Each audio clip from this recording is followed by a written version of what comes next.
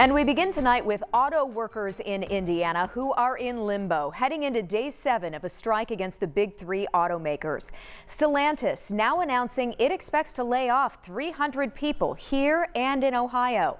The union preparing to expand the scope of its walkouts if there's not a contract deal reached by Friday. Our Logan Gay spent the evening in Kokomo, where people are now preparing to hit the picket lines.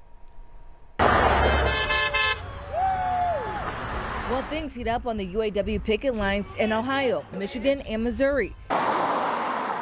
Here in Kokomo, on the outside, it appears as business as usual at the Stellantis plants. But on the inside, there's some people that are a little upset and somewhat confused as far as like pay, because if we're not striking, there's no strike pay. But if we're laid off due to the labor issue, then there's no unemployment. That could be the employees' next challenge.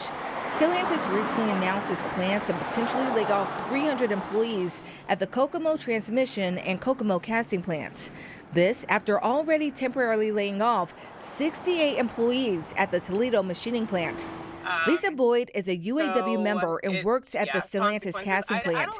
She says it's more important now than ever for the community to support them. If the community backs us, then in turn, they're going to also benefit from what we benefit from.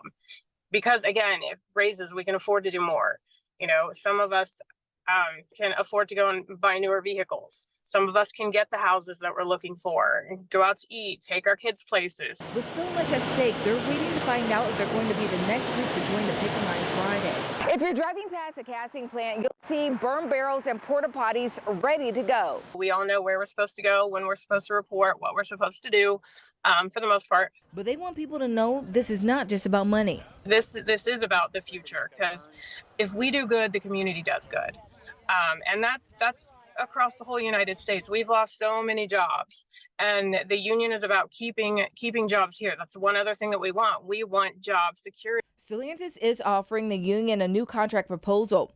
A company spokesperson says the offer primarily covers non-economic issues.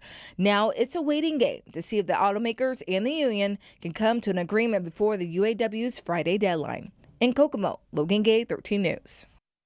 And as that Friday deadline approaches, we will be staying on top of any developments on the strike. You can find our updates on air and online at WTHR.com.